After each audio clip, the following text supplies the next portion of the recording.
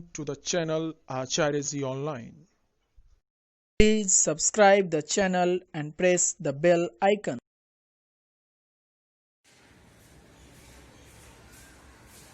नमस्कार, वरुण कुमार, सरस्वती विद्या मंदिर सीतामढ़ी। तो भैया आज हम लोग चौहान वंश के विषय में पढ़ेंगे, जिसको चौहान वंश भी कहते हैं। इस वंश के सबसे प्रतापी शासक पृथ्वीराज चौहान, जिनके विषय में हम लोग बहुत कुछ जानते हैं और बहुत कुछ का अध्ययन करेंगे भी। अब हम लोग इस चौहान वंश के विषय में देखेंगे कि ये कौन थे। तो चौहान राजा मूलतः प्रतिहारों, परमारों एवं चालुक्यों के सामंत थे।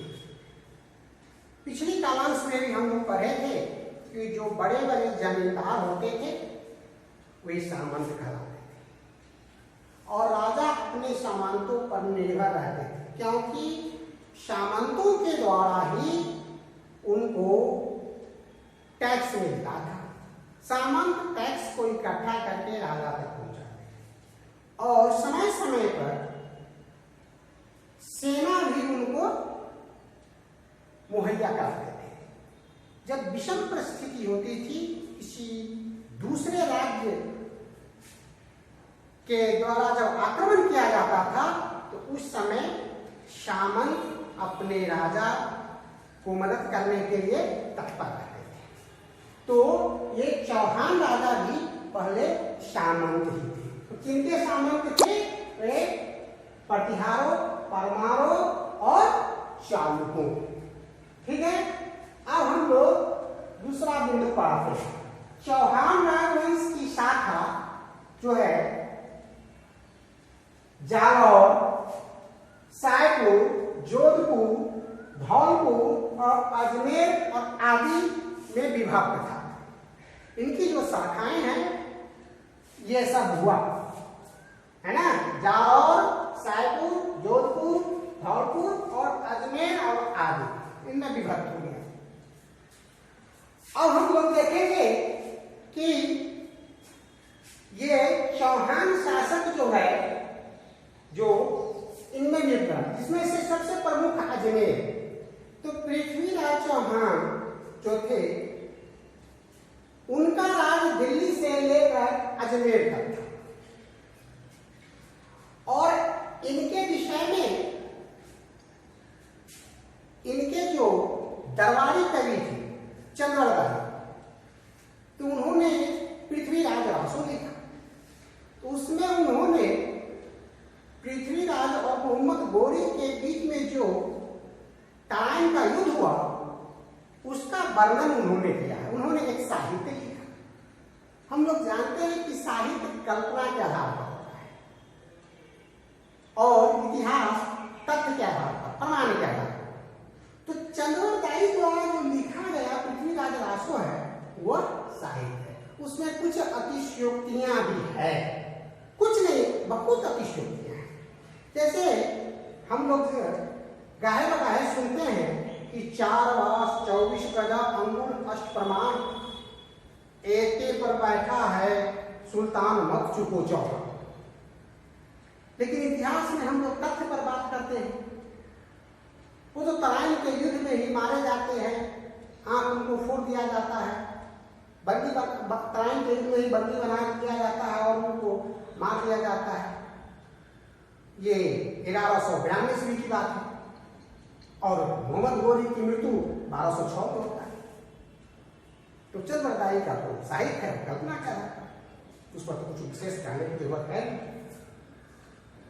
अब चलिए, राजपूत राजाओं का प्रशासन, उस समय के राज्य का प्रशासन कैसे चलता था। तो उस समय जो था वंशानुगत, राजतंत्रीय वंशानुगत शासन पद्धति उस समय था। राजा के बाद राजा के ज्येष्ठ पुत्र होते थे। कभी कभी उत्तराधिकार के लिए आपस में लड़ाई झगड़ा हुई और वैसे भी बहुत सारे छोटे छोटे राज्य थे जो एक दूसरे पर हमेशा चढ़ाई करते थे। पहले भी हम लोगों ने पढ़ा है कि कैसे ये नए राज्य के राजा आपस में लड़ते थे और अपनी शक्ति को छिन्न करते थे। उसके बाद ये छोटे राजा जो थे, राजपूत राज का प्रशासन, ये अपने आप को बड़ी बड़ी उपाधियों से अलंकृत करते थे। महाराजाधिराज, त्रिभुवन, चक्रवर्ती सम्राट। लेकिन हम लोगों ने देखा है, पढ़ा भी है कि छोटे छोटे राज जो आपस में लड़ झगड़ के शक्तिहीन हो गए और अपनी उपाधि से अलंकृत करते हैं। महाराजा, चक्रवर्ती सम्राट, जिसकी चारों से त्रिभुवन, तीनों भुवन में जिनकी ख्याति प्राप्त हो, ऐसे भारी भरकम उपाधि से अलंकृत है। लेकिन वास्तविकता कुछ और ही। उस समय राजा की शक्ति बहुत क्षीण हो गई और राजा अपने सामंतों पर निर्भर थे। जब आर्थिक स्थिति उनकी खराब होती थी तो सामंत को कहते थे कि भिन्न भिन्न प्रकार के कर लगाओ जनता पर पैसा। दूसरी बात, जब दूसरे राज्य उस पर आक्रमण करते थे तो उनके पास सैनिक भी अपने नहीं थे, तो ये सामंत को कहते थे कि सैनिक आप भेजिए और मैं इस युद्ध में भाग लूंगा। उसके बाद क्या है कि जो व्यापारी वर्ग वो धीरे धीरे शक्तिशाली होने लगे। किसान जो थे, विद्वान थे, किसान, विद्वान और व्यापारी, ये तीन वर्ग ऐसे हुए जो टैक्स देते हैं और उन्हीं पर सामंतों और राजाओं द्वारा विभिन्न प्रकार के प्रताड़ित करते हैं। विभिन्न प्रकार के उन लोगों को प्रताड़ित करते हैं, जिससे उन लोगों ने इनको सहयोग करने से मना कर दिया। बाद में क्या हुआ कि कोई भी लड़ाई होता था तो जनता न्यूट्रल हो जाता था। हमको क्या कोई हो नहीं, हमें क्या हानि वाली बात की, कोई हो राजा क्या हुआ, टैक्स लेने करेगा। इसलिए उनकी प्रशासन व्यवस्था चल रही है। अब राज्य की आय के स्रोत, तो आय के स्रोत राजा और सामंत मिलके टैक्स लेते थे, पककर टैक्स लेते थे। उसके बाद उपज का छठा हिस्सा टैक्स के रूप में लेते थे उन्होंने। उसके बाद उन्होंने पशु पक्षी के खरीद बिक्री पर टैक्स लेते थे। विभिन्न प्रकार के टैक्स लेना उन्होंने प्रारंभ किया। लेकिन जो टैक्स लेते थे अब वो खर्च कहां करते थे? जनता की भलाई ना मारती थी। इतिहास में एक दो राजा हुए जो जनता की भलाई के काम किए, जो विख्यात हैं, लेकिन अधिकांश राजा तो जनता की भलाई के काम नहीं किए। उनका काम क्या था कि राजमहल बनवाना, बड़े बड़े किले बनवाना और किले अपने और अपने परिवार के ऊपर खर्च करना, मंदिर बनवाना, अपनी झूठी ख्याति के लिए बड़े बड़े जय का आयोजन करना। तो ऐसे खर्च करते थे। अब हम लोग देखेंगे कि उस समय आर्थिक स्थिति क्या थी। तो जनता की आर्थिक स्थिति अच्छी थी। उस समय के लोग, जनता क्या कर रहे थे? काश्तकार थे, शिल्पकार थे, भारत के बने हुए सामान को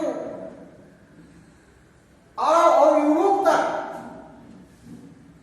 व्यापारी ले जाते थे और बेचते थे, अधिक मुनाफा कमाते थे। रेशम, सूती, ऊनी वस्त्र की विदेश में बहुत मांग थी।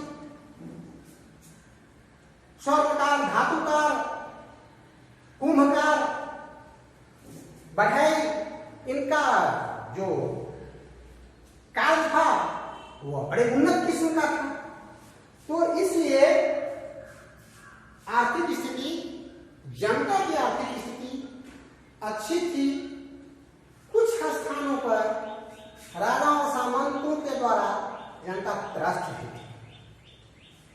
अब चलिए शिक्षा और ज्ञान। तो उस समय शिक्षा और ज्ञान के मूल केंद्र मंदिर होते थे, जहां बच्चे अध्ययन करते थे। दर्शन, ज्योतिष, विज्ञान, गणित आदि विषयों का लोग अध्ययन करते थे। तो ज्ञान के क्षेत्र में भी हमारा उस समय जो हमारा भारत था वह अग्रगण्य था, जिसमें बिहार में भी नालंदा और विक्रमशिला नामक दो विश्व प्रसिद्ध विश्वविद्यालय थे। अब चलिए बड़े बड़े विद्वान हुए जिन्होंने बड़े बड़े ग्रंथ लिखे। राजतरंगिणी कलहम के द्वारा लिखा गया है, वह प्रारंभ से लेकर 12वीं सदी तक जो इतिहास है कश्मीर का, उसका एकदम प्रमाणिक ठोस उन्होंने वर्णन किया। तो ज्ञान के क्षेत्र में भी हमारा उन्नति उस समय प्रगति हुई थी। अब चलिए धर्म। तो उस समय जो बौद्ध धर्म और जैन धर्म प्रचलित था उस पर कुछ क्षरण हुआ, क्योंकि बौद्ध और जैन धर्मावलंबी अहिंसा के पुजारी थे। जो राजा होंगे युद्ध करेंगे ही, हिंसा करेंगे ही, और जो राजा बौद्ध धर्म और जैन धर्म अपना लिए उस राजवंश का अंत हो गया। तो इन लोगों ने समझा कि नहीं, अब हम लोगों को पुनः सनातन धर्म, हिंदू धर्म की ओर लौटना है। अधिकांश राजाओं ने हिंदू धर्म स्वीकार किया। विष्णु, शिव और दुर्गा के उपासक हुए, शक्ति के उपासक हुए, तो धर्म। अब चलिए वास्तुकला। तो वास्तुकला के क्षेत्र में ही बहुत प्रगति हुई। पूर्वी भारत और जैसे बंगाल, बिहार, यहां तो बौद्ध धर्म लोकप्रिय था, लेकिन पश्चिमी भारत में जैन धर्म लोकप्रिय हुआ। दिलवारा के मंदिर जैन धर्म के हैं, बड़े प्रसिद्ध है। उनकी वास्तुकला बहुत अच्छी है।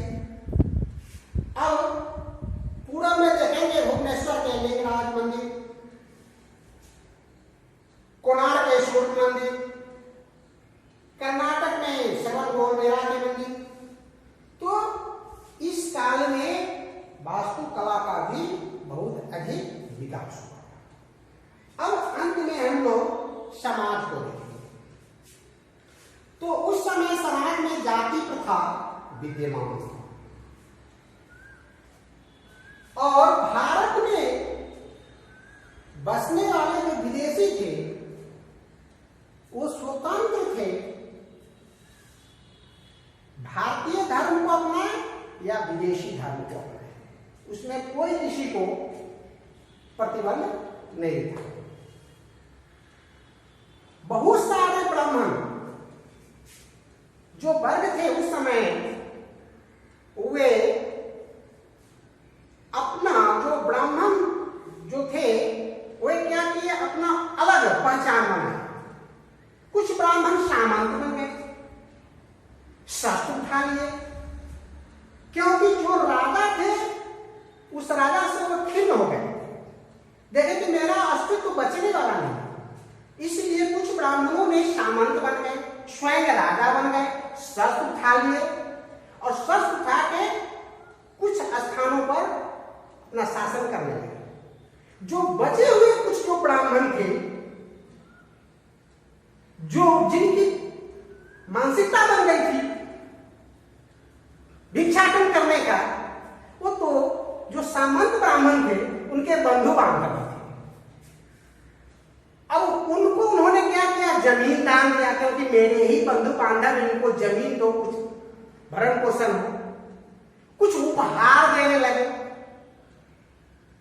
तो जो अपने आप को अकर्मण्य थे, कुछ नहीं करते थे, दूसरे की कमाई पर निर्भर थे, तो वैसे लोगों को, जो उन्हीं के बंधु बांधव ब्राह्मण जो सामंत हुए, लिए उनको मदद करते थे। अब समाज में कुछ जो क्षत्रिय थे, तो अधिकांश क्षत्रिय तो राजा होंगे, नहीं तो राजा होंगे, और उनसे जो जनता क्षत्रिय थे वे त्रस्त थे, तो वो सैनिक बनते थे। तो उन्होंने उन लोगों ने भी क्या किया कि अब व्यवसाय करना, किसी का व्यवसाय आदि कार्य में लग गए। तो इस प्रकार समाज बटा हुआ था। धन्यवाद।